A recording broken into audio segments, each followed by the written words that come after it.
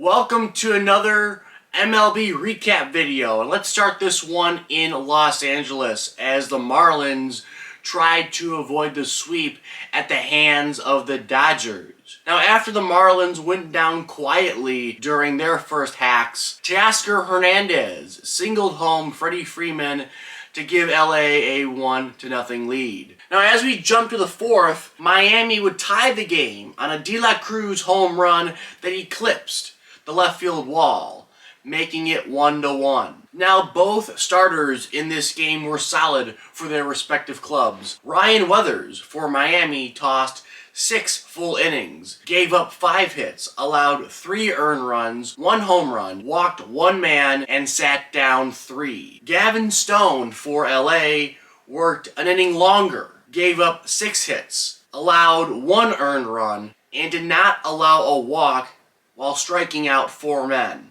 Now, the game was tied going into the Dodgers' 6th. That was until Teoscar Hernandez came through again by smacking a 2-out, 2-run home run over the left center field wall to put his squad on top by 2 runs. It was 3-1 Dodgers, and they would win by that score. Moving over to Cleveland, where both the Tigers and Guardians were looking for the series win. Now, it was the home team who got off the schneid first as Austin Hedges singled home 2 runners, Naylor and Fry. Now, a few innings later, the Tigers would tie the game on a Keith single to right field that scored Ibanez and Carpenter. Now, Detroit took the lead on a McKinstry double, which plated Colt Keith. Then Javier Baez extended the Tigers' lead after he hit a sac fly to right, which scored Torkelson. It was 4-2 Tigers after 3.5 innings. Now, the Guardians had to play catch-up in the 8th and 9th. Now, the comeback started on this ball that hit the knob of Andres Jimenez's bat, and it rolled to Ibanez at second base.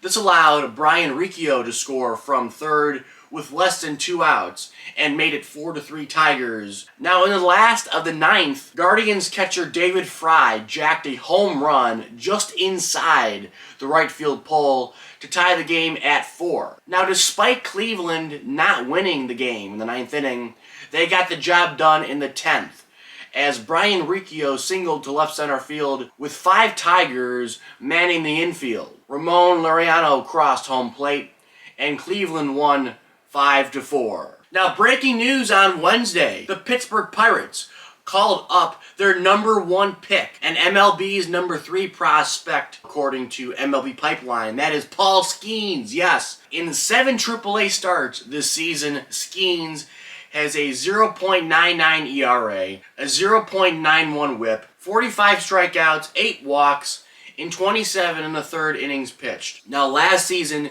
Skenes jumped 3 levels, from rookie ball to Double-A. In total of 5 starts, the first-year pro posted a 5.40 ERA, where he gave up 4 earned runs, struck out 10 batters in 6 2/3 innings pitched. Now, all the damage, mind you, came in Double-A, which is where he gave up those 4 earned runs and posted a 13 ERA. So, from rookie ball all the way to single A, he was fantastic at a 0 ERA. Pretty much Double-A was where he had the trouble, but you know, that's going to happen. It's his first year. Now, the 6'6" Skenes is armed with a fastball that consistently hits triple digits, and a wipeout slider, a changeup, a curveball, a sinker splitter hybrid. I think that's how you say it. A splinker. That's an interesting word. Now, this is his entire repertoire, and MLB Pipeline grades his fastball as an 80, which is the highest possible grade a scout can give a particular pitch. Skenes is slated to make his MLB debut Saturday against the Cubs at PNC Park. That's according to the club, and I'm excited to see him. Me and Mets Talk with Hayden were talking about the other night, and we're like, yeah, should we bring him up? And my opinion was no, because AAA is a different animal. AAA is very much like the majors. Now, because I can speak from experience when it comes to watching Casey Mize do the same thing, where Tigers brought him up from Double-A all the way to the majors. he did not do extremely great. Okay, and then he went down to AAA and he still got lit up because he obviously never faced AAA hitting. So that's my only big concern with Skenes going from AA to the majors right now. Obviously the Pirates are in desperate need. I understand the move.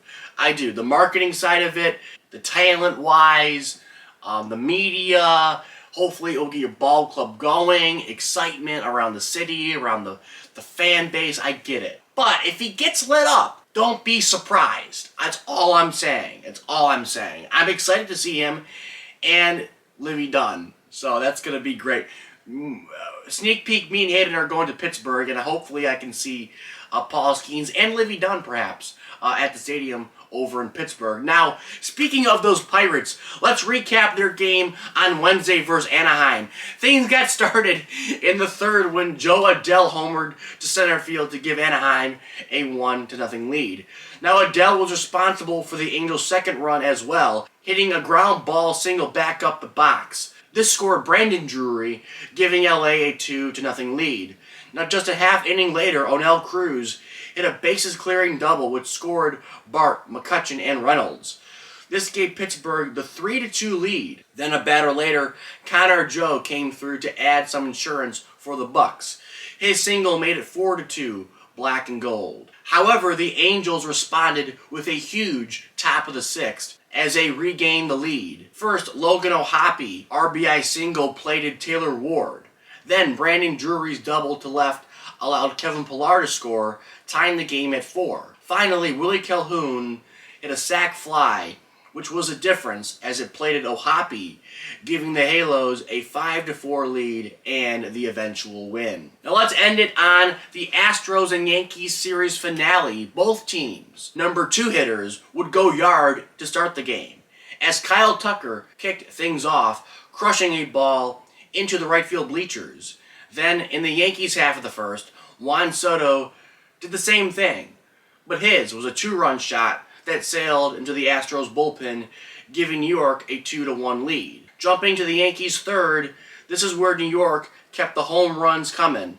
Both of the Yankees' big men, Aaron Judge and Giancarlo Stanton, left the yard for their 8th home run of the season, putting the Yankees up 5-1. In the 6th, Juan Soto collected his 3rd RBI of the night after grounding out to first baseman John Singleton. Austin Wells scored on the play. Then a batter later, Judge doubled home Cabrera and Volpe, making it 8-1 Yankees. Now the Astros were able to play 2 runners in the late innings via a triple from Jake Myers and a solo home run from Jeremy Pena. However, Juan Soto put the nail in the Astros' coffin as he collected another RBI hit that plated Oswald Cabrera.